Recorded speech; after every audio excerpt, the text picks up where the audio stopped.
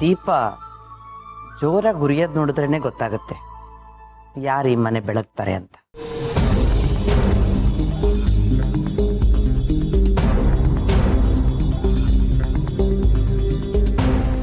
ಈ ಸುತ್ತಿನ ವಿನ್ನರು ಅನು. ದೇವ್ರಿಗೆ ದೀಪ ಹಚ್ಚಿ ನೀವಿಬ್ರು ಹೊಸ ಜೀವನನ ಶುರು ಮಾಡಿದ್ದೀರ.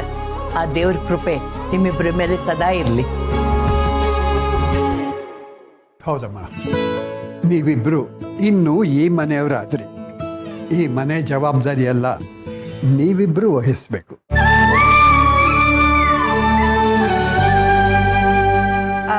ಅಪ್ಪ ಇನ್ನು ಹಾಲುಕ್ಸೋ ಶಾಸ್ತ್ರ ಇದೆ. ಅನು, ಲಡ್ಡು, ನೀವಿಬ್ರು ಬನ್ನಿ ಹಾಲುಕ್ಸಿ. ನಡಿ ಬಾ. ಹೇಳು ಮಾಮ್, ಏನೋ ಮಾತಾಡ್ಬೇಕು ಅಂದೆ. ಅನು, ಏನ್ ನಡೀತಿದೆ? ನೀನೇನ್ ಮಾಡ್ತಾ ಇದೀಯಾ? ವೈ ಮಾಮ್, ಏನಾಯ್ತು? ತಲೆ ಮೇಲೆ ಬೆಟ್ಟನೇ ಬಿದ್ದಿದೆ, ಆದ್ರೆ ನೀನ್ ನೋಡಿದ್ರೆ ಏನು ಆಗೇ ಇಲ್ಲ ಅನ್ನೋ ತರ ನಡ್ಕೋತಿದ್ಯಲ್ಲ. ಆ ಶೌರ್ಯ ಮದುವೆ ಆಗಿದ್ದಾನೆ ಅಂತ ಗೊತ್ತಿದ್ರು ಮತ್ತೆ ಅವನ್ನೇ ಮದುವೆ ಆಗ್ಬೇಕು ಅಂತ ಯಾಕೆ ಹಠ ಹಿಡ್ದೆ? ಅವನಿಗೆ ಎರಡನೇ ಹೆಂಡತಿಯಾಗಿ ಬರ್ಬೇಕಿತ್ತ ನೀನು? ಈಗ ನೀನು ನೆಮ್ಮದಿಯಾಗಿರೋಕ್ಕಾಗುತ್ತೇನೆ?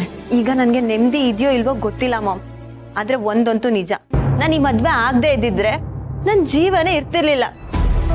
ನನಗ್ ಶೌರ್ಯ ಬೇಕಷ್ಟೇ ಮಾಮ್. ನಿಂದು ಹುಚ್ಚು ಪ್ರೀತಿ ಕಣೆ. ಪ್ರೀತಿನೇ ಹಾಗೆ ಅಲ್ವಾ ಮಾಮ್, ಎಂತವ್ರನ್ನಾದ್ರೂ ಹುಚ್ಚರನಾಗ್ ಮಾಡುತ್ತೆ. ವೇದನಾದ್ರೂ ಓದಿ ಅರ್ಥ ಮಾಡ್ಕೊಂಡ್ಬಿಡ್ಬೋದು, ಆದ್ರೆ ಈ ಪ್ರೀತಿಯಲ್ಲಿ ಬಿದ್ದವ್ರ ಜೊತೆ ಮಾತಾಡಿ ವಾದ ಮಾಡಿ ಪ್ರಯೋಜನ ಇಲ್ಲ. ಈಗ ಆಗೋದೆಲ್ಲ ಆಗೋಯ್ತು, ಮುಂದೆ ಏನ್ ಮಾಡ್ಬೇಕು ಅಂತ ಯೋಚನೆ ಮಾಡಿದ್ಯಾ? ಯೋಚನೆ ಮಾಡೋದೇನಿದೆ ಮಾಮ್, ನಾನೀಗ ಶೌರ್ಯನ ಹೆಂಡ್ತಿ. ಎರಡನೇ ಹೆಂಡತಿಯನು?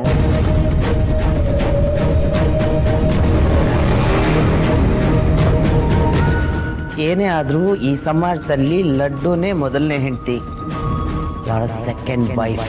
ಸೊ ವಾಟ್ ಮಾಮ್, ಈ ಫಸ್ಟ್ ಸೆಕೆಂಡ್ ಎಲ್ಲ ನಾನು ಕೇರ್ ಮಾಡಲ್ಲ. ಕೇರ್ ಮಾಡಬೇಕು.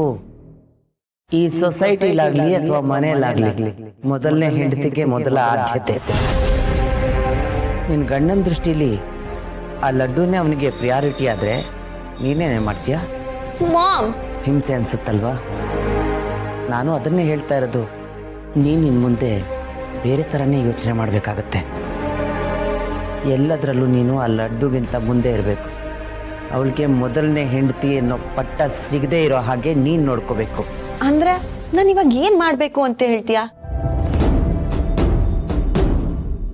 ನೀನ್ ಇಷ್ಟ ದಿನ ಆ ಶೌರ್ಯನ್ ಫ್ರೆಂಡ್ ಆಗಿದ್ದೆ, ಆದ್ರೆ ಈಗ ಅವನ ವೈಫ್. ಇವತ್ತಿಂದ ನೀನು ಅವನ ಜೊತೆಗೆ ನಡ್ಕೊಳ್ಳೋ ರೀತಿ, ಅವನನ್ನ ಹ್ಯಾಂಡ್ಲ್ ಮಾಡೋ ರೀತಿ ಎಲ್ಲ ಬದಲಾಗಬೇಕು. ಅವನನ್ನ ನಿನ್ ಕಡೆ ವಾಲಿಸ್ಕೋಬೇಕು.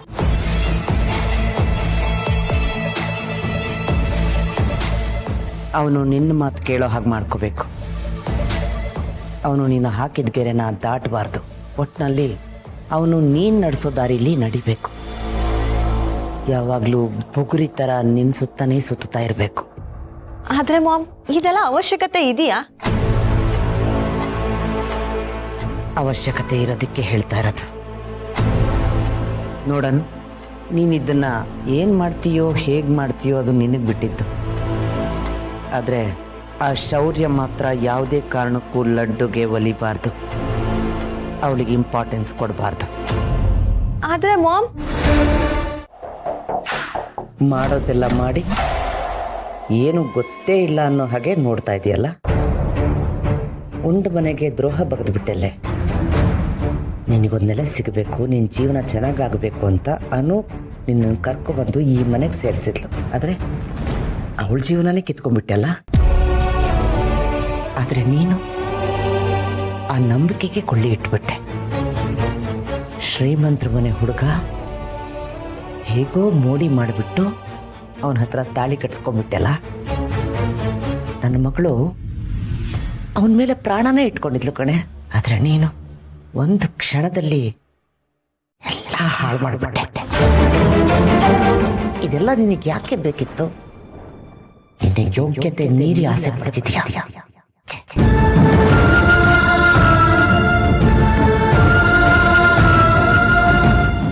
ನನ್ನ ಮಗಳು ನಿನ್ನ ಒಳ್ಳೆ ಸ್ನೇಹಿತೆ ಅನ್ಕೊಂಡಿದ್ಲು, ಆದ್ರೆ ನೀನೇ ಅವಳಿಗೆ ಸೌತಿ ಆಗ್ಬಿಟ್ಟೆಲ್ಲೆ. ಮನೆ ಬರ್ಸಿ ಪಾತ್ರೆ ತಿಕ್ಕಿ ಮನೆ ಕೆಲಸ ಮಾಡೋ ನೀನು ನಿನ್ನಂಥವ್ರ ಜೊತೆಗೆ ನನ್ನ ಮಗಳು ಅವಳ ಗಂಡನ ಹಂಚ್ಕೋಬೇಕಾ? ನೆನೆಸ್ಕೊಂಡ್ರೆ ಅಸಹ್ಯ ಆಗತ್ತೆ. ಇಲ್ಲ, ಇದು ಸಾಧ್ಯ ಇಲ್ಲ. ನೋಡು, ನನ್ನ ಮಾತನ್ನ ಸರಿಯಾಗಿ ಕೇಳಿಸ್ಕೊ. ನಿನಗೆ ಸ್ವಲ್ಪ ದಿನ ಟೈಮ್ ಕೊಡ್ತೀನಿ.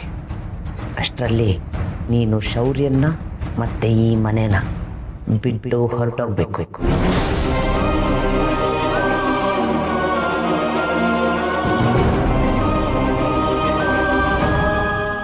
ಯಾವುದೇ ಕಾರಣಕ್ಕೂ ಈ ಮನೆಗೆ ವಾಪಸ್ ಬರಬಾರ್ದು. ಶೌರ್ಯಂಗೆ ಒಬ್ಬಳೆ ಹೆಂಡತಿ, ಅದು ಅನು. ಬೀದಿ ಭಿಕಾರಿಗಳಿಗೆ ಜೀವನ ಕೊಡೋದಕ್ಕೆ ಇದೇನು ಧರ್ಮಶಾಲೆ ಅಲ್ಲ.